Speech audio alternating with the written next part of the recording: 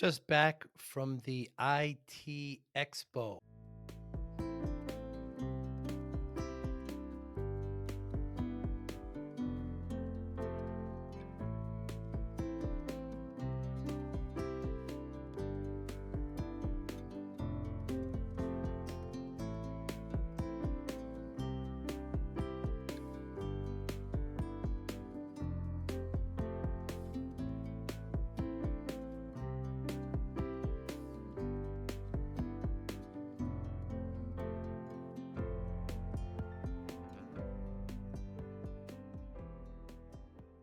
Fort Lauderdale.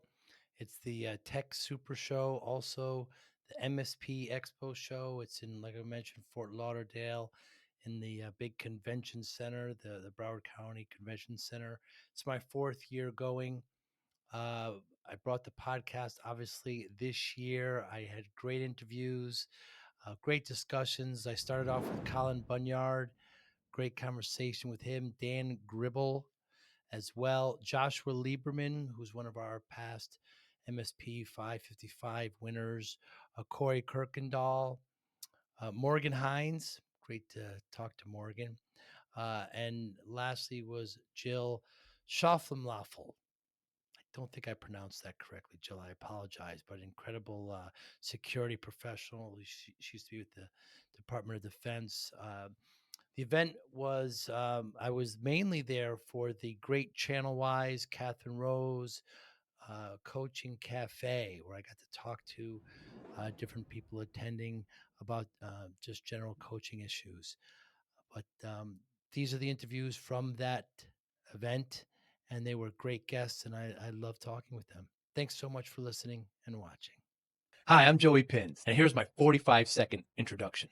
After starting my business in the 90s, I started developing poor habits of eating in my diet because of working way too much. I found myself at 340 pounds. The doctor told me if I don't lose the weight, I'm not going to see my daughter graduate. I took the next 7 months, lost 130 pounds. People ask me, how'd you do it? What's the secret? I need to lose weight. How'd you do it? How did I lose the weight? Just one word: discipline. I've had other successes in life, and I attribute them all to discipline. Now, I'm not the king of discipline, but I believe that it can help all of us. Friends convinced me to start a podcast. The podcast mission: how do we better ourselves and society? I talk to interesting people in health, fitness, sport, wellness, business, technology, science, art, and culture. And I eventually ask them how discipline plays a role in their life. Podcast vision: growth through learning from others. Hobbies, interests. I coach basketball. It's a pretty interesting story. I have 3 daughters that 2 have already played collegiate sports. 2 already have played collegiate sports. I'll be back. And I have a third that is going to be starting her career at University of Richmond. So 3 daughters. Beautiful city. 3 daughters, all 3 playing basketball. I coach as a part-time hobby, evenings and weekends. You were a center? What was your position when you played? I didn't really play professionally. Well, not professionally, Yeah, I'm sure. no, I played. You weren't in the NBA? I was a guard. You were a Yeah. guard. I don't know why I picked you as a center. You're not that tall. Guard I'm would be 6'2.5". Yeah, but still. Definitely not a center. Yeah, well, it depends on the league. Yeah, you're right-handed? Right-handed, yes. Yeah. And what's your favorite? What's your favorite shot? What distance? Distance would be definitely a 3-pointer. Really? Yeah. Now, it's 3-point, I'm not going to say destroyed, but it's changed the NBA. Absolutely, it has. Completely. Yeah, they're stepping further and further back. They really are. And that's what they practice. And a lot of players today, just if they found their niche, dropping a 3, that's what they like to do. The And numbers on 3-point attempts, incredible. It's skyrocketed in the last 2 years, 3 years. Yeah, just a high school game. I would say the attempts are about somewhere between 15 to 20 per game. Wow.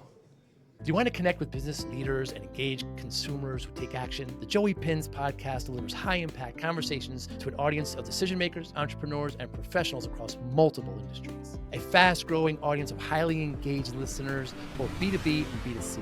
Millions of listens and views across YouTube, Apple Podcasts, and Spotify. Brands that sponsor us see real engagement, conversations, and brand loyalty. Whether you're looking to sell a service, promote a product, or establish thought leadership, our sponsorships offer premium ad placements, exclusive episode sponsorships, full season branding, and event partnerships. Don't just advertise, become part of the conversation. Visit us at joeypinz.com/sponsor to get started, or email us at sales@joeypinz.com. Joey Pinz Podcast, where thought leaders, brands connect.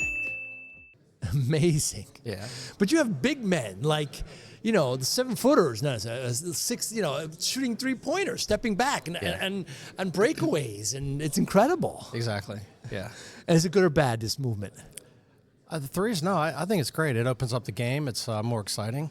But what's gotten away from the game is some of the fundamentals. Right. Yeah, it's not like the Pistol Pete back in the days of some of the showmanship. Right. You're not seeing as much of that. Now, my focus truly is on women's sports, college level, high school level. So that's where I've spent most of my time. I really don't have enough time to watch men. But on the women's side, the game is just so much more fundamentally sound. Especially with Caitlin Clark, that came into it. She just really blew up the whole side. Yes, she's selling more tickets now than a lot of the other games that you see out there on the men's side. We had a really good opportunity this year to go out and watch her. So the family and I, we took a trip to Phoenix, watched Caitlin Clark. Did you really? It was excellent. Yeah. So we got there early, got to see pregame warm-ups, and she's just a shooting machine. She really is. I'm a soccer fan, so even in women's sport and soccer, the fundamentals are better. It's just not as fast, but it's still very exciting. Exactly. Talk to me about the European style of coaching basketball versus American, because they will complain. They'll observe that they practice 3 times and play once, whereas here we play 3 times and practice once. Why? Yeah, you're spot on. So instead of playing multiple games like they have in the U.S., they spend more time working on their fundamental skill levels, shooting, dribbling, all the moves that are important, and they have more time to execute and learn those skills. So it's better to master one kick 10,000 times than 10,000 kicks one time. But they'll also put ramps and obstacles on the court, so they're never taking a flat-footed shot.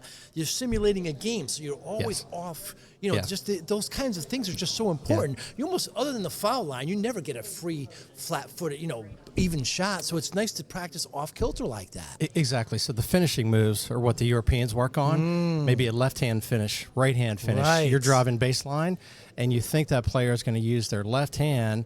But what they do is they use their right hand, and then their footwork is a lot different now too. A lot different. So normally you're on the right side of the basket, and you may be going off your left foot, and the defender would know that. Right. And you're going to finish right, but they mix it up. They'll go off their right and finish with their left. So they have to become, I would say, tricky. Yeah. And they have to be able to do things that the defender is not going to anticipate. So now a defender may watch how often does he dribble, what's his dribbling cadence, and if that cadence is easy to figure out, then he knows when he can attempt to steal. So there's a lot, but that's what the Europeans work on. Yes. Here in the U.S., it's game. Yeah. Because we want winners and losers here, right? Is that why? Why have we been so many games? The games are more exciting. Yeah, that's true. Parents really influence that. Right. They want to see games now. They want their kids scoring. Jeez. And the parents that are putting in the time off the court, their children are doing so much better because of it. Excelling, yeah. Because the world is caught up to the U.S. in basketball. The world's caught up. I think they've always fundamentally been better. But the world is caught up with the excitement of what basketball brings. And we just saw the Olympics. And, I mean, if it wasn't for Curry dropping 3-pointers, I just couldn't believe how many. I don't know what his percentage was, but, I mean, I'm going to say he's the reason why we won. It was incredible. Exactly, yeah. Absolutely. I mean, Steph has fundamentally, he is so sound. Yes. That's all he works on. He's got a great way of sharing the ball, too. But the more that he shares the ball, the more they find him, and he gets those open shots. Yeah. And what's difficult for the defender, they don't know if he's driving. Right. They don't know if he's shooting. Right. And They don't know if he's passing. Right. So they got to figure it out. And once he figures out who's defending him, there's all these small cues that they can look at, tells. And they figure out, hey, how do I get to the defender's backside? How do I make this move? The last time I did it, I saw him move. You trick them with your eyes, all your movements that you have. And that's what's happening in sports today. It's one pick, and he's got an extra second, and you see him looking at that hoop. It's just, and it goes up. It's amazing. Yeah. Now I'm from Connecticut, so we have the University of Connecticut, Correct. and so Yeah. which I will say is the college home of basketball in the United States. I'll make that argument, but we can see how the women's sometimes actually outshadows the men in that school. Absolutely. Incredible. And I believe it's because fundamentally they're just more skilled. Their shots are extremely quick. They're skilled with their fundamentals and how they actually look at the game from a scoring perspective. A lot of them are looking to have better stats, so they're not taking as many bad shots. So their shots are at a higher probability. So Caitlin Clark, although she does shoot a lot of deep threes, her shot percentage, I'm guessing somewhere, 42%. Is it really? It's got to be in the 40s, sometimes better. And she knows what her skill level is, and she's comfortable. So there's a lot of confidence right now in women's basketball, and they're so confident because they've put in the time and they've put in the reps that's needed. Yeah. As a father of daughters, I coach them all through soccer. I love to see women's sports excelling like that, getting kind of close, and it helps. I think it helps everybody. So we're here in Fort Lauderdale. It's the ITExpo, Super Tech Show, MSP Expo. Not sure. There's many names for it. So what are some of your goals here?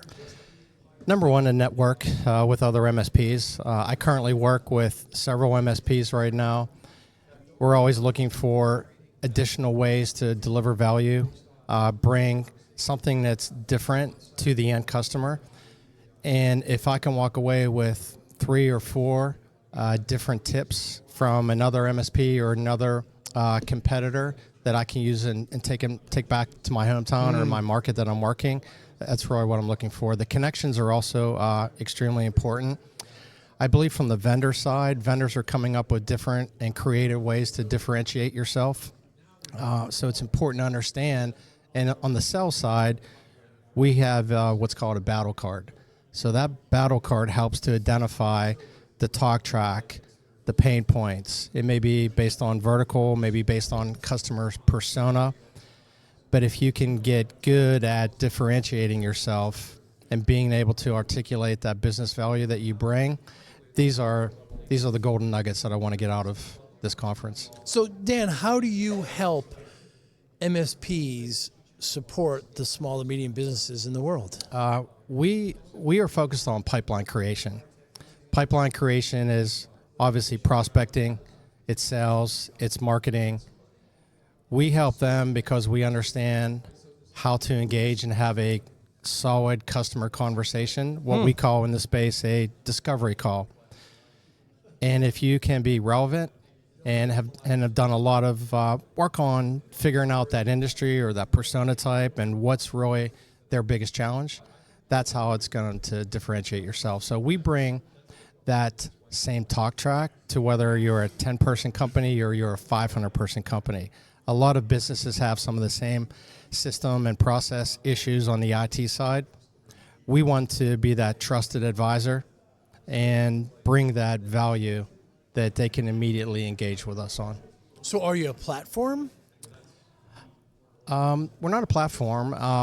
What Business Productivity Group does is we are a full cycle fractional sales team that supports managed service providers. I see. So we provide the value that we bring is we want to have the customer conversations. We're building pipeline creation, but we're also very focused on the execution. So closing qualified deals, moving them through a sales process in a timely manner. So maybe a normal sales cycle may take 4 to 6 months, but because of some of the techniques and the process that we use, our due diligence, competitive analysis, competitive proposals, we can shorten the timeline from beginning to end.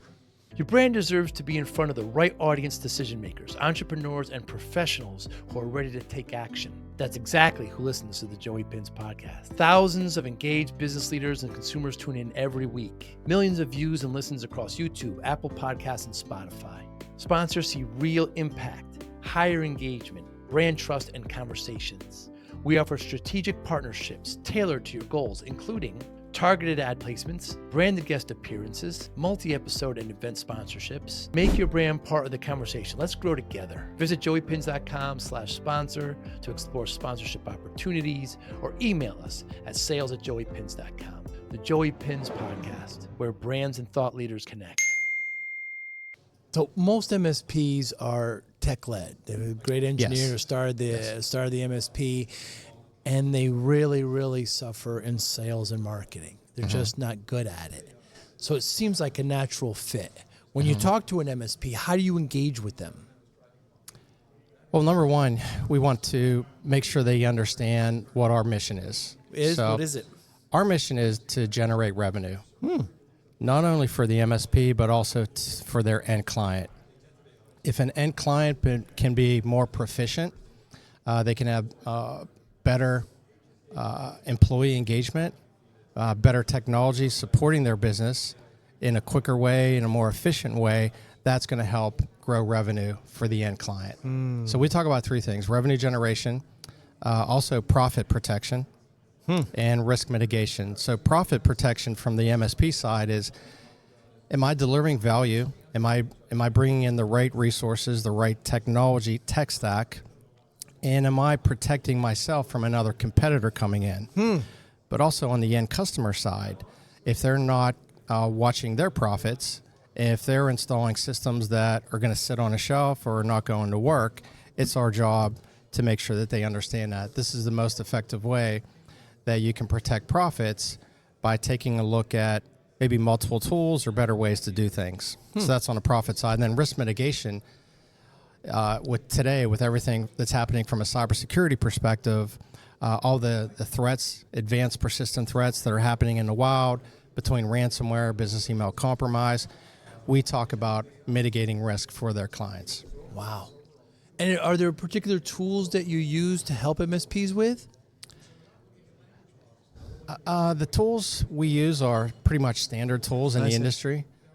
Some of the most important tools are, how are you effectively communicating? We are using AI quite a bit.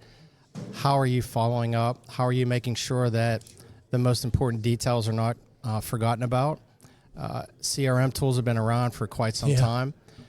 How do you engage and make sure that a MSP has a predictable view of their pipeline, what's being forecasted, so that when they are looking to hire a new employee, or they're looking to expand or grow into a new territory, they can start setting some specific goals based on that pipeline growth. Dan, what's the difference between sales and marketing? Great question. Marketing to me is the air cover. Marketing is staying in front of a client, giving them things to think about. The prospect, not the client. This is the prospect. Okay. Yeah, on the prospect side. So marketing is the branding. Sales is the conversation, the storytelling, digging into some of the pain points and presenting to them why they should do something now. There's the three whys I always talk about. What's the problem and why do you need to be talking to us now? Why should you be working, with our MSP? And why is it so important to do something immediately? This is their conversation that they're having with the business. This is the conversation sales is having with prospects. Are you former MSP? Is your firm former MSPs? Why work with MSPs? My background's been in IT and cybersecurity, so I found that MSPs, there's a solid gap between delivering a message and delivering the value proposition to a client that's truly struggling. There's so much technology today, there's so much noise. How do they protect themselves from all the cyber threats? How do they put in the best systems? All right. And with everything that they're hearing, an MSP can truly step in and take over the environment and what I like to call co-manage. A lot of MSPs right now are spending time working with one or two IT personnel on the client side, and they're helping to manage, keep the lights on, monitor, patch, do all the things that are necessary. But what that does is it leaves the folks that are already in IT, that end client, they can work on other strategic projects, other areas that the business is focused on. Yeah, it's very true. It's a big difference between co-manage and manage, isn't it? Absolutely. So we are making strong recommendations, and as an MSP, coming in as a consultant, coming in as a trusted advisor, we're not an employee. So there's not that barrier to tell them, hey, this is what we find that you could, these are areas that you can improve on. Let us help you, let us show you. Something that's very important that a lot of MSPs focus on is vendor management. Yeah. So vendors, I was at a conference about a year ago, 4,000 vendors are in the cybersecurity space. Wow. So imagine if you're a buyer. Can't be surprised. Buyer on the end client side, and you're looking at a particular product or you think you need a product. Where do you start? Nobody has time for demos, long sales engagements, but that MSP can come in with a trusted advisor and as a trusted advisor, and they also bring in their resources and vendors that have already worked with them. So they're vetted out, they understand their needs, and it's more of a seamless process. So they may not need a demo, they may not need a proof of concept or a proof of technology, but that MSP can introduce very strategic partners to solve problems quickly. Give you an example, we have a vendor right now that's looking at 3 different solutions. We bypassed all the sales initial stages, jumped right into a demo. Wow.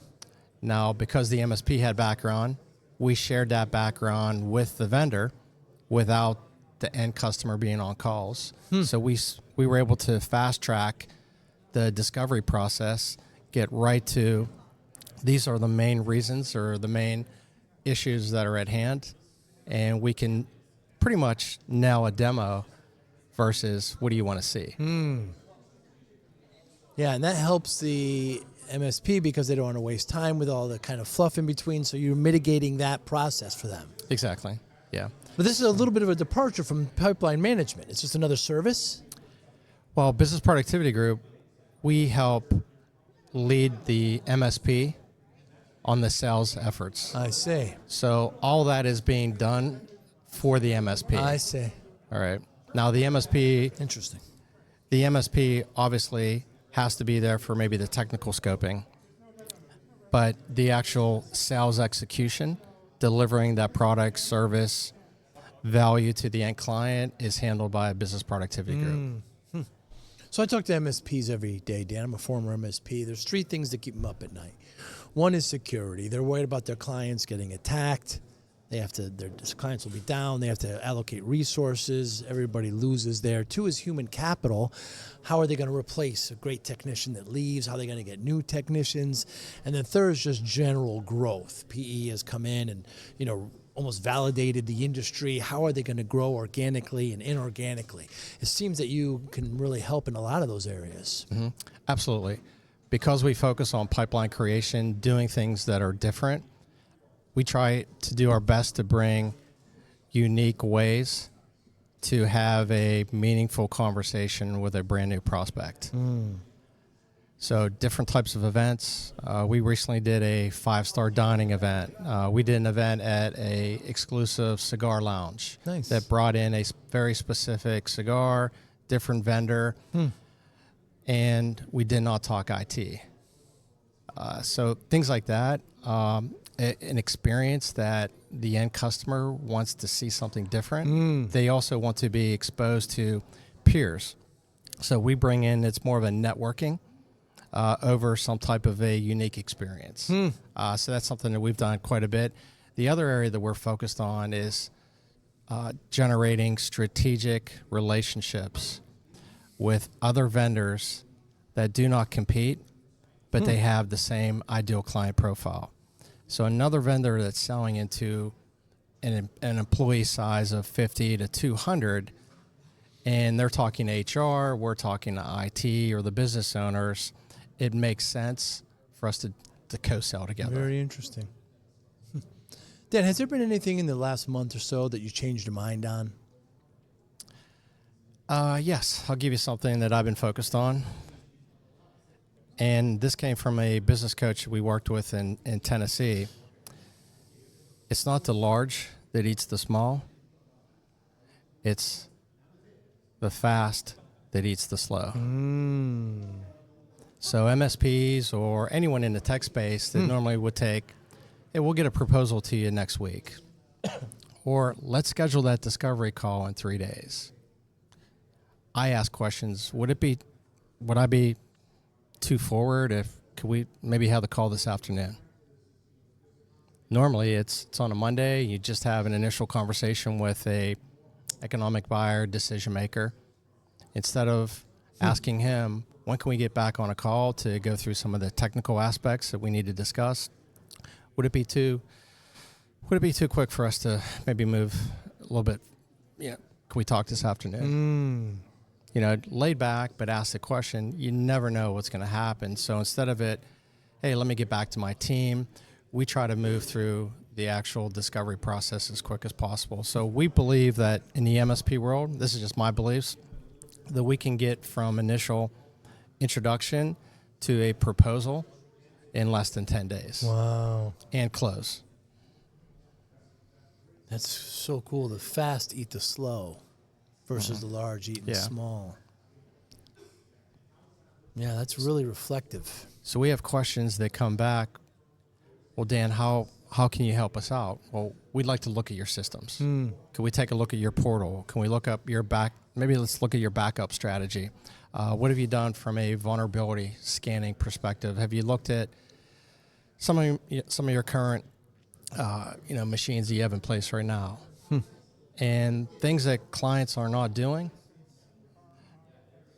we expose, some of the bad, some of the vulnerabilities. But we expose it in a way that's obviously professional, but with the importance of you should not wait. This should not take a week, 2 weeks, 3 weeks out. We want to try to solve this and give you some ways to remediate quickly. An attack today is happening so quick. You don't have 3 days. So I started my MSP in the 90s, and I was working way too hard, Dan, and I wasn't playing enough basketball, and it wasn't enough. I put my health in the back seat, 16-hour days. I'm sure you're no stranger to this. And next thing I know, I'm sitting in front of my doctor. I'm at 340 pounds. She says to me, if I don't lose this weight, you're not going to see your daughter graduate. My daughter was just born. Scared the hell out of me. Oh, Says, sure, I can imagine.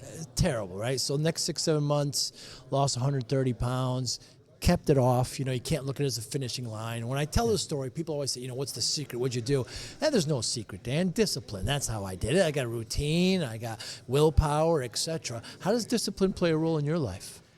Discipline's top of mind. If you're not consistently doing what you need to do on a daily basis, take, for example, the prospecting and follow-up. If you're not prospecting daily, number one, you're going to lose your edge. The follow-up, there's, like I said, 4,000 other vendors. Yeah.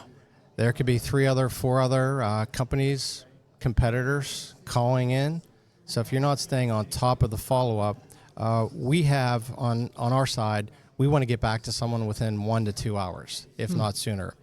We did a email campaign where we had to make sure that we were dialed in to every single response within 15 minutes.